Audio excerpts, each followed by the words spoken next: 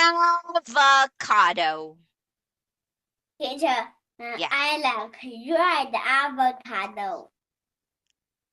Red. Red avocado? I like green avocado.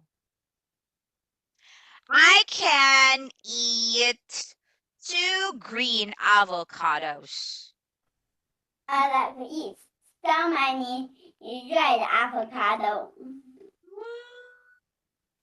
Okay, so, you can also just, if the kid is like, you saw that, she was just playing around. She said, I want red avocados. There's really no red avocados. And you just laugh. And so it's building their confidence too. Like, it's nice to feel like, oh, my teacher's actually laughing at my joke, right? So they're like, oh, it's the red avocados.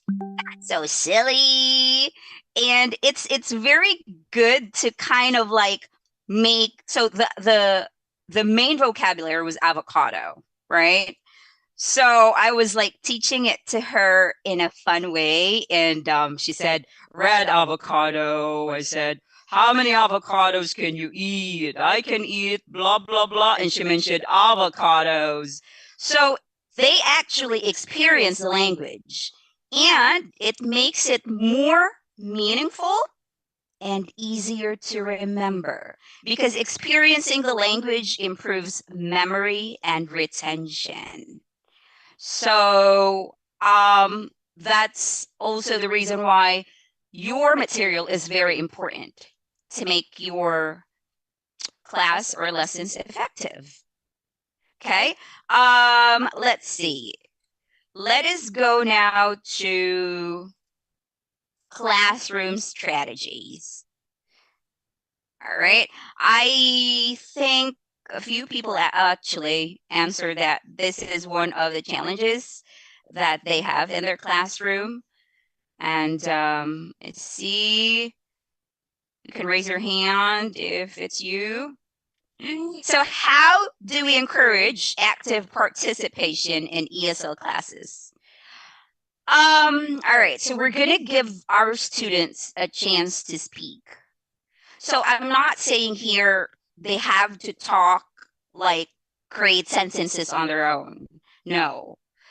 It doesn't mean they have to carry a conversation confidently because most of them don't have that yet, right? What I mean here is like if you have sentence patterns or like any sentences, just let them read it. If they can't really read so well, then you just guide them. Encouraging participation means that our student gets a voice in class.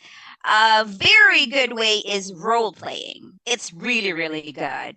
It's a great way to engage them while making learning feel natural and fun. So if you, I'm not sure if you've used any of our materials in English Bright ESL, but we have a lot of role playing um, segments there in the lesson. And the way I do it, because it could be boring, if you've done it so many times. So the role playing, depends on the age. So for the little ones, even for older ones too, I would say, okay, who do you want to be? Do you want to be Fixie or Rusty? So we have our characters, our puppets. There's Rusty, Fixie, Marla, and Cora. And so they would say, I want to be Cora. Okay, then I'd be Marla. And so what I do is I would model them. So I say, okay, this is how we're going to read it. So you're going to have to like do an animated voice like, Marla, are you going to the park? Or if it's a boy, then I would like, hello, Marla. And then they really like that. They think, the kids just like it when they like play pretend. So when they see you pretending to be someone else, or like changing the tone of your voice, or like if you're a female teacher and you're like sounding like a guy, then they think that's funny. So yeah, role playing is a great way to let them speak without pressure or anything like sentence patterns. That's also a chance for them to speak, right? There was somebody that asked, actually, she said that her company requires them to talk less and have the student talk more. So I think this is the answer to that. I know they can't really create their own sentences. It's hard, especially if they're beginners. So what you can do, if they can read, or even if they can't read, they can just repeat, right?